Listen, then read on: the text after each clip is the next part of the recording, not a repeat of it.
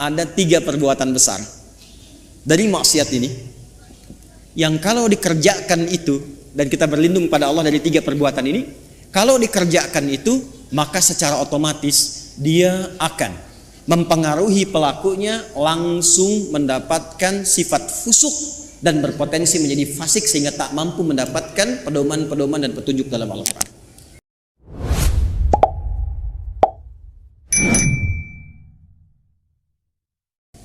Ada 3 keadaan yang menjadikan seseorang bisa terkontaminasi dengan penyakit fusuk sehingga menjadi fasik. Illal fasiqin, kata al-fasiqin jamak dari kata fasik, kata kerjanya fasaqa. Sifat keadaannya disebut dengan fusuk. Penekanannya disebut dengan fiskun. Fokus. Secara bahasa, kata fusuk artinya isyan. Bahasa kita yang dikenal dengan maksiat, penyimpangan dari kebaikan. Jadi setiap ada yang menyimpang dari kebaikan atau menolak dari perintah yang harus dijalankan, itu perbuatannya disebut dengan fasak. Makhluknya disebut dengan fasik, sifatnya keadaannya disebut dengan fusuk. Iblis yang punya sifat setan itu asalnya jin yang sangat taat. Sangat taat. Sampai ada riwayat menyebutkan saking taatnya kepada Allah, maka malaikat menyifatinya dengan Azazil, makhluk yang terhormat karena rajinnya ibadah kepada Allah. Cuman karena satu kejadian dia bergeser dari ketaatan, tidak mau menaati perintah Allah, menghindar dari perintah. Diminta oleh Allah hormat kepada Adam, sujud hormat kepada Adam. Jadi bukan persoalan sujudnya, persoalannya ini perintahnya. Jadi ketika dia tidak menunaikan perintah, menolak perintah itu dan tidak mau menaati karena maksiat, maka disebut oleh Quran berubah dari taat menjadi fasik.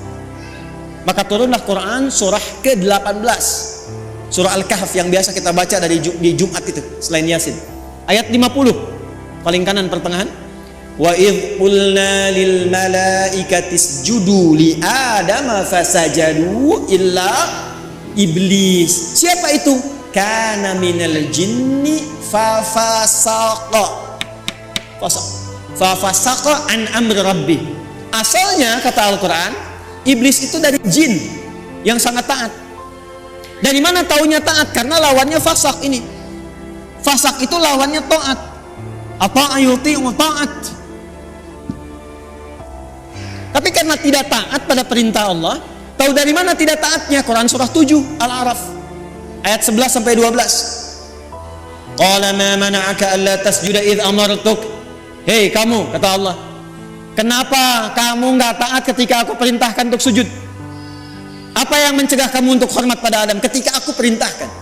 Kata Allah, hei iblis, bukan masalah sujudnya, ini perintahku, kenapa nggak mau taat? Maka iblis menjawab, ana khairum minhu, khalaqtani min narin wa khalaqtahu min tin. Aku lebih hebat dibandingkan dengan dia. Kau ciptakan aku dari api, dia dari tanah. Nggak level, yang tinggi hormat ke bawah. Membawa kesombongan kepada diri itu namanya istakbar. Istakbar, menampakkan kesombongan namanya takabur. Karena dia membawa melekatkan kesombongan pada dirinya, maka pekerjaan itu disebut dengan istakbar. Enggan, tidak mau disebut dengan aba. Kenapa? Karena istakbar. Quran surah kedua Al-Baqarah ayat 34. Wa idh qulna lil malaikati isjudu li adama fasajadu illa iblis aba wastakbar wa kana minal kafirin. Makanya ketika keburukan menutupi kebaikannya, ingat, ada baik menutup buruk, ada buruk menutup baik, itu beda. Kalau baik ini pakaian baik, menutup yang buruk, ada bagian tubuh kita yang nggak enak dipandang, buruk. Makanya disebut aurat. Aurat itu nggak enak kalau terbuka, aurat itu terbuka. Ya, aurat itu terbuka. Sesuatu yang terbuka nggak enak dipandang. Beda dengan binatang kan? Binatang tuh nggak enak dilihat kalau dipakein, pakai pakaian. Manusia ada bagian tubuhnya yang nggak enak dipandang. Kalau dipandang nggak enak, makanya harus ditutup. Bahasa singkatnya disebut aurat namanya. Nah, yang buruk ditutup dengan yang baik, maka yang baiknya disebut dengan libas namanya. Dari kata labisa disebut libas, walibasu taqwa dzalika khair. Sebaliknya, kalau yang buruk menutup yang baik, sudah ada yang baik, ditutup yang buruk, maka berubah kalimatnya menjadi balasa. Makhluk yang ketutupan itu disebut dengan iblis. Iblis kenapa disebut dengan iblis? Disebut dengan iblis untuk menggambarkan karena dia menutup semua sifat baiknya dengan kesombongan dan keburukan itu. Makanya sejak saat itu diharamkan oleh Allah kesombongan seakan-akan mengenakan jubah keagungan Allah Subhanahu wa taala. Jelas ke sini? Balik sini. Nah, fasak itu perbuatannya. Fasik itu orangnya. Fasikin itu jamaknya. Secara singkat, fusuk ini sifatnya lawan dari taat, namanya maksiat. Jadi perbuatan-perbuatan maksiat yang dikerjakan oleh seseorang itu akan menutup keadaan dirinya, baik pandangan atau pendengaran bahkan lisannya, untuk bisa berinteraksi dengan Al-Quran dan menjadikannya sebagai pedoman. Contoh, singkat dan cepat saja. Ini mata nih. Kalau mata ini sering dipakai berbuat maksiat, maka maksiat itu lawannya taat. Jadi kalau maksiatnya naik, taatnya turun.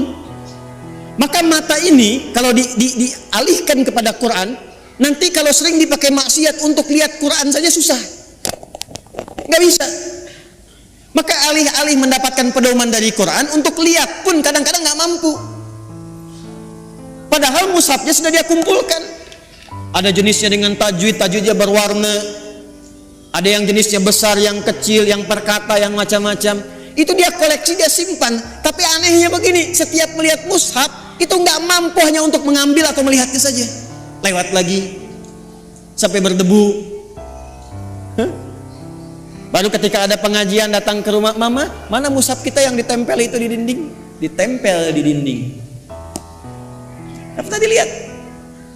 Nah, kalau sehari nggak bisa tuh berinteraksi dengan mushaf, dengan Quran, ambil mushaf yang paling besar, simpan di ruang tengah malam, buka begini, jangan dibaca, tanyakan dulu pada diri kita masing-masing, mengadu ke Allah, ya Allah, maksiat apa yang aku kerjakan di mata ini sehingga tak sanggup melihat Al-Quran sampai detik ini. Telinga, Anda dengar ngaji, dari masjid dengar ada tahrim, anak-anak dengar bacaan Quran, ada pengajian-pengajian, tapi telinganya nggak sanggup dengar. Kok kayaknya nggak enak? Ada yang gelisah, ada yang jenuh, bahkan ada yang anti. Artinya apa? Telinga ini seringkali digunakan untuk mendengar yang salah, maksiat. Quran surah ke-6 misalnya ayat 25, wa fi adhanihim waqra, di telinganya ada sumbatan. Telinganya ada sumbatan. Nah, ada 3 perbuatan besar dari maksiat ini yang kalau dikerjakan itu, dan kita berlindung pada Allah dari 3 perbuatan ini, kalau dikerjakan itu maka secara otomatis dia akan mempengaruhi pelakunya langsung mendapatkan sifat fusuk dan berpotensi menjadi fasik sehingga tak mampu mendapatkan pedoman-pedoman dan petunjuk dalam Al-Quran.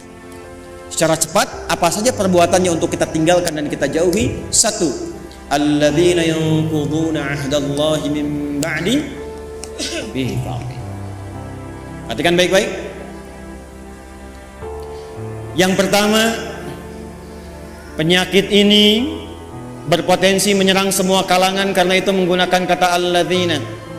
Disebutkan sebanyak 1080 kali dalam Al-Quran, mencakup semua tanpa kecuali. Laki-laki, perempuan, besar, kecil, tua, muda, dan seterusnya. Yang pertama, alladzina yanquduna 'ahdallahi min ba'di mitsaqih, yaitu orang-orang yang memutuskan atau menyalahi komitmen dengan Allah setelah dia berkomitmen untuk memegang teguh janjinya. menyalahi komitmen dengan Allah. Komitmen dengan Allah.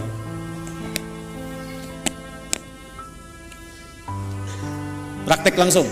Awas hati-hati, awas hati-hati. Apa komitmen pertama kita yang paling pokok dengan Allah?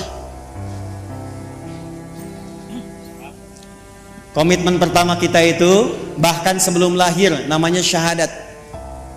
Quran surat 7 catat ayatnya, Al-A'raf ayat 172. Wa idz akhadha rabbuka min bani adama min zuhurihim dzurriyyatahum wa asyhadahum ala anfusihim alastu bi rabbikum qalu bala syahidna an taqulu yaumal qiyamati inna kunna an hadza ghafilin. Komitmen pertama kita adalah asyhadu an la ilaha wa asyhadu anna. Bahkan untuk menjaga komitmen ini tiap hari kita sholat untuk menjaga komitmen ini. Makanya setiap sholat kita tahiyat, kita bacakan dalam tahiyat asyhadu an la ilaha wa asyhadu anna muhammadan. Perhatikan, maka dari sini muncul dua turunan. Turunan pertama langsung pokok komitmennya syahadat. Yang kedua amalan penguatnya sholat. Komitmen pokok asyhadu an la ilaha.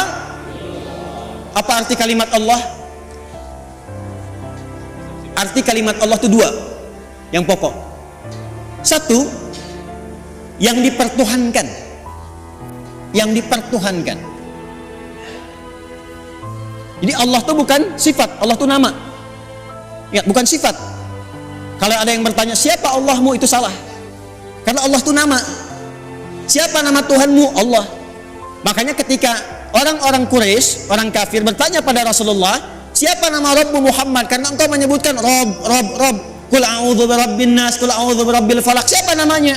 Maka turunlah surah Al-Ikhlas. Qul, katakan Muhammad sallallahu alaihi wasallam, huwa, yang dimaksud Rabb itu Allah.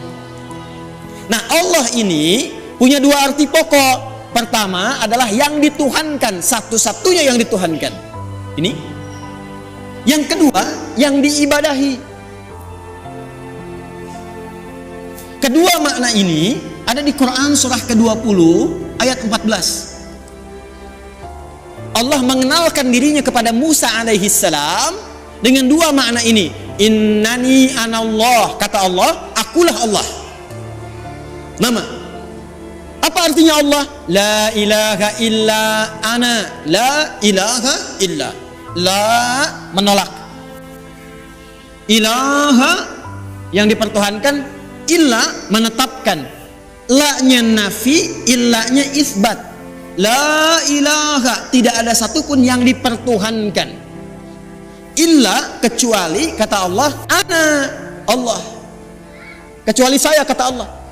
Maka kalau sudah mengatakan Tuhan saya Allah, Anda mengatakan asyhadu an la ilaha illallah, maka komitmennya jangan pernah menuhankan selain Allah. Paham? Saya ulang, jangan pernah menuhankan selain siapa? Ingat, kita menghormati keyakinan orang lain. Dan toleransi tertinggi dalam menghormati itu adalah tidak mencampuri ketuhanan di luar apa yang kita yakini. Karena itulah ayatnya berbunyi lakum dinukum la ikraha. Jangan ganggu, nggak boleh. Hormati saudara kita, yang Kristen, yang Hindu, yang Buddha, yang Konghucu, hormati. Tapi jangan campuri, karena toleransi terbaik itu tidak mengikutinya. Silahkan masing-masing, jangan ganggu. Nggak boleh merasa terganggu, tapi jangan ikut-ikutan. Nggak usah ikut-ikutan. Toleransi tertinggi dalam akidah itu zero tolerance, supaya saling menghormati. Ya, karena kalau Anda datang ke tempat itu, Anda ingin menghormati tapi ikut-ikutan, itu terjadi sifat munafik nantinya. Ya, di lisan iya, di hati mengingkari. Itu nggak boleh. Islam nggak suka begitu. Antara lisan dengan hati itu harus sama. Ya, jangan sampai, mohon maaf, ya, lisannya berkata, ya ikuti senyum, tapi hatinya mengingkari. Salah sesembahanmu, itu bukan Tuhanmu. Nah, Islam nggak mau begitu. Hormati orang lain, silahkan yakini apa yang Anda yakini. Kalau pengen tahu tentang Islam kami ajarkan, ya, tapi jangan ikut-ikutan dan tidak boleh mengganggu. Itu yang paling indah. Lakum dinukum Karena itu kalau sudah la ilaha il, asyhadu an la ilaha il, maka tidak boleh mengatakan kalimat ini. Camkan ini. Tuh. Kedengaran? Begitu Anda lakukan, ambulan nanti siap menanti. Dan ambulannya malaikat maut itu yang paling sangat menegangkan. Kalau sudah mengatakan la ilaha, asyhadu an la ilaha, itu komitmen, maka tidak boleh ada kalimat ini. Camkan. Semua agama sama, menuju pada Tuhan yang sama, cuman caranya beda-beda. Maka itu sudah mulai pelanggaran terhadap komitmen.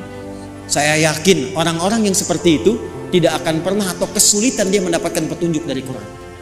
Yang ada apa? Semakin salah ngajinya, ayatnya semakin dipotong-potong.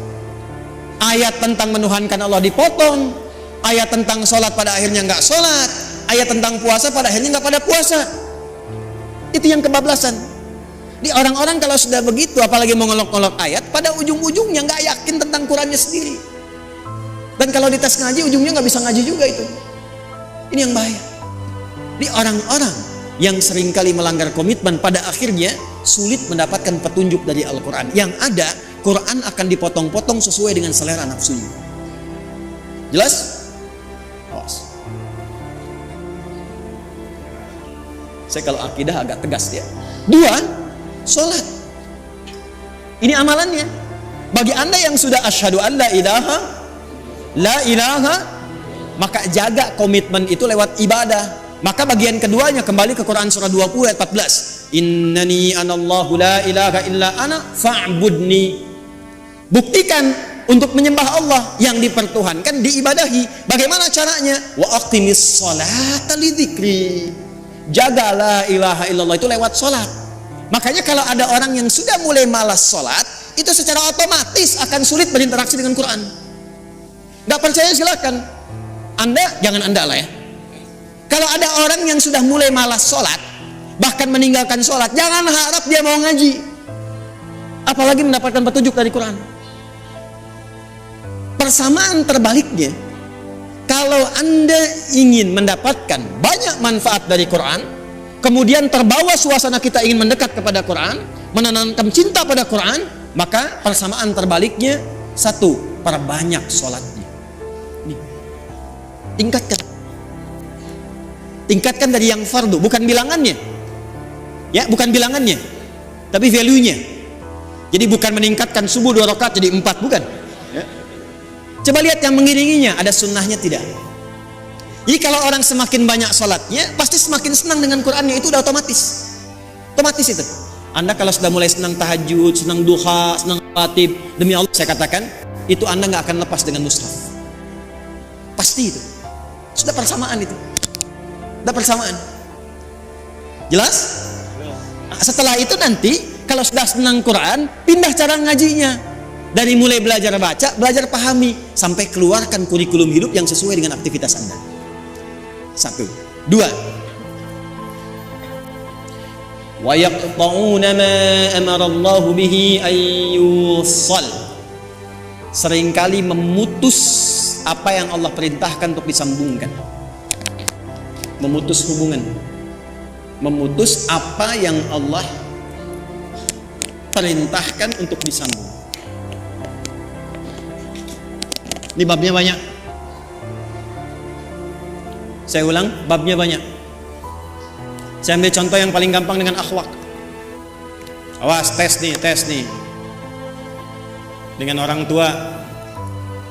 Awas, jangan-jangan ngaji sekarang kelihatan nyaman, enak, baik-baik dan sebagainya, ternyata dengan orang tua belum selesai masalahnya. Orang tua dengan anak harus nyambung tidak? Harus sayang tidak?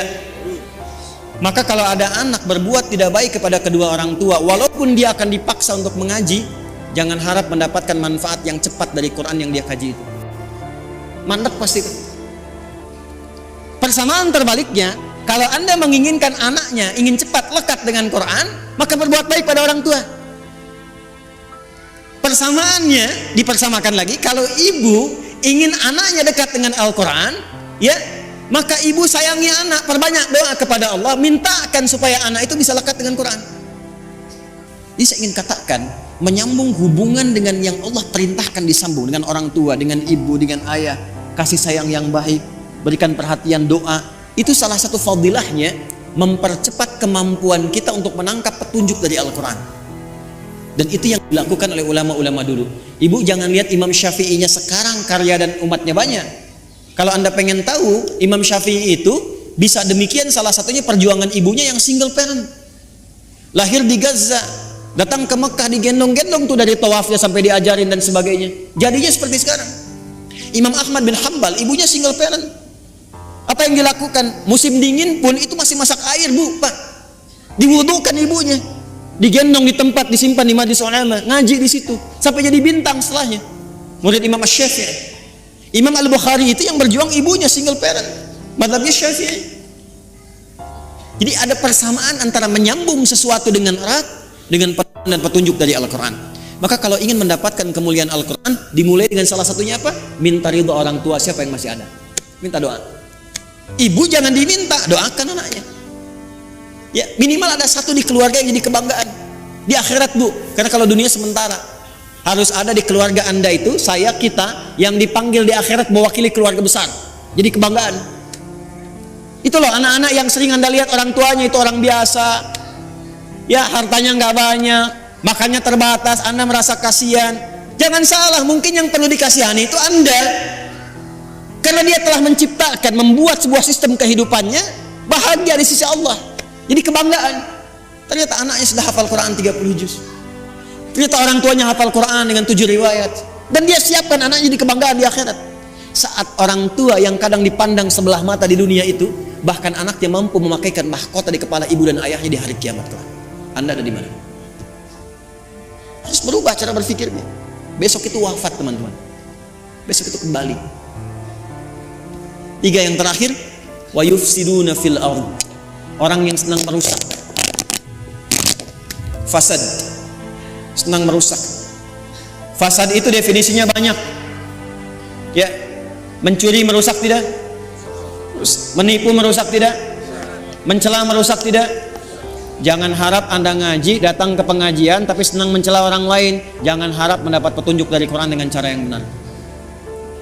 Anda kerja, ngambil harta yang haram, korupsi, menipu dan sebagainya. Jangan harap dekat dengan Quran. Makanya orang-orang yang korupsi itu bisa dicek deh, pasti nggak bisa ngaji. Walaupun asalnya bisa ngaji, jauh dari Quran pada akhirnya. Saya di Libya pernah satu majlis dengan salah satu tokoh yang diagungkan oleh kalangan liberal. Namanya Jamal Al-Banna. Jamal Al-Banna ini dulunya itu salah satu yang sangat concern dalam hadis, hafal Quran. Tapi satu kali terjadi perubahan dalam hidupnya, singkatnya dia keluar ke barat. Di barat berubah pandangannya, punya interaksi yang salah, yang keliru, maka pikirannya berubah menjadi liberal. Satu kali ke Libya, ke Tripoli, jadi kami itu punya pelajaran salah satunya Al-Istishraq wa Tansir, gerakan-gerakan orientalis, tokohnya siapa aja. Dahsyatnya kurikulum di sana, kalau sudah belajar nanti tokohnya diundang kalau masih hidup. Jadi kita berdialog, tahu pemikirannya bagaimana. Secara singkat, masih ada videonya sampai sekarang. Gambarnya, fotonya saya masih ada. Itu begitu datang, kita duduk sama menyimak. Itu membaca yang paling ringan dalam Al-Quran, yang jadi favorit Anda sekalian. Kan ada 3 surat paling favorit di muka bumi untuk setiap muslim saat ini. 3 qul terakhir kan? Ya, qul huwallah, qul a'udzu birabbil falaq, qul a'udzu birabbin. Itu baca Al-Ikhlas, qul a'udzu ahad, tertukar-tukar nggak selesai-selesai. Qul huwallahu ahad, Allahus lam yalid wa lam yulad, wallahu ahad, Allahus, sampai istighfar para mufti yang ada pada saat itu. Astagfirullah, astagfirullah. Anda bisa bayangkan. Apa? Karena Quran yang baik tidak akan bercampur dengan yang kotor. Jadi kalau sudah mendapatkan dengan cara yang kotor, harta yang kotor, pikiran yang tidak baik, gak akan pernah Quran jadi petunjuk dalam hidupnya. Ini. Maka kalau ingin jadi ahli Quran, jangan merusak. Anda mahasiswa jangan nyontek. Jadi mahasiswa yang jujur, bekerja yang benar, belajar yang benar, masuk kelas disiplin. Nanti kalau Anda udah jadi ahli Quran, Anda akan menikmati bagaimana Anda menuntut ilmu. Jadi senang belajar itu, nikmat, nyaman. Ya, dan potensi Anda akan muncul, menapak ke bumi, terhubung dengan Allah dengan sangat kuat. Energi potensial begitu kan? EP sama dengan M dikali G kali H kan? Energi potensial sama dengan M dikali G kali H, gitu kan? Massa kalikan gravitasi kalikan ketinggian. Anggaplah ini Anda, gravitasinya menapak bumi dengan aktivitas Anda, H-nya height, tersambung ke atas. Walaupun ini adalah mengambang yang tidak menempel, tapi potensinya ada di situ. Kalau Anda mampu memijak bumi dan menyambungkan diri Anda kepada Allah dengan kuat, maka semua potensi yang ada pada diri Anda akan keluar. Tinggal Anda rubah itu menjadi kinetik. EK sama dengan setengah M dikalikan V kuadrat. M kalikan V kuadrat. Usaha Anda nggak akan banyak lagi, cukup setengah, tapi percepatannya banyak. Kalau Anda ingin rubah jadi pekerjaan dan beraktivitas, gabungkan potensial dengan kinetik, maka dia menjadi energi mekanik. IM sama dengan EP dikalikan EK. Anda fisika belajar nggak sih? Mana yang ITB jurusan fisika? Betul nggak ini? Hah? Betul nggak? Betul kan? Tapi nanti energi itu juga bisa berubah. Mesti ada daya, mesti ada kekuatan, mesti ada waktu. Makanya rumus energi nanti berubah kan ketika masuk ke energi listrik, ya kan? W sama dengan apa rumusnya? P dikalikan T kan?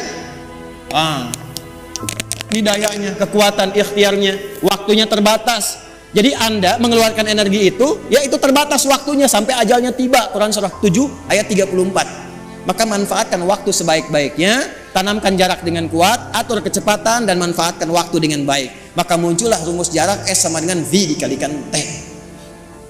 Halo? Saya senang fisika itu. Saya masih senang belajar baca sekarang. Kalau waktu-waktu senggang saya ke toko buku, yang saya beli itu fisika, kimia, modul-modul sekolah gitu, saya pelajari lagi, saya lihat-lihat. Kenapa? Karena Allah mendesain alam semesta ini untuk bisa dibaca dan dikaji, dan pusat kajian itu dasarnya berupa pengetahuan. Allah menetapkan nih, kan fisika itu membaca alam kan? Bagaimana matahari berputar, berotasi, bumi demikian, interaksi awan dan sebagainya sampai di bumi, di laut dan seterusnya. Maka Allah berfirman, inna fi khalqis samawati wal waqtilafil laili wan nahar la ayatil ulul albab. Itu melihat, meriset, menghitung, maka memunculkan ilmu. Nah ilmu ini itu untuk melihat, meriset tadi untuk membuktikan kebenaran Allah. Benar nggak seperti yang Allah firmankan? Makanya orang yang pintar itu tujuan kepintarannya untuk mengenal Allah. Di semakin Anda pintar fisika, pintar kimia, pintar matematika, pintar biologi, semakin Anda mengenal Allah. Jadi kalau Anda jadi pakar di bidangnya tapi nggak kenal Allah, Anda masih bodoh. Catat tuh. Ngapain pintar-pintar nggak kenal Tuhan? Ya, kalau cuma untuk dunia, maaf, jangankan yang beriman, yang belum beriman pun bisa melakukan itu. Tapi ayat ini disusun untuk mendekatkan diri kita dengan Sang Pencipta, sehingga ketika pulang Anda punya kebanggaan, insya Allah.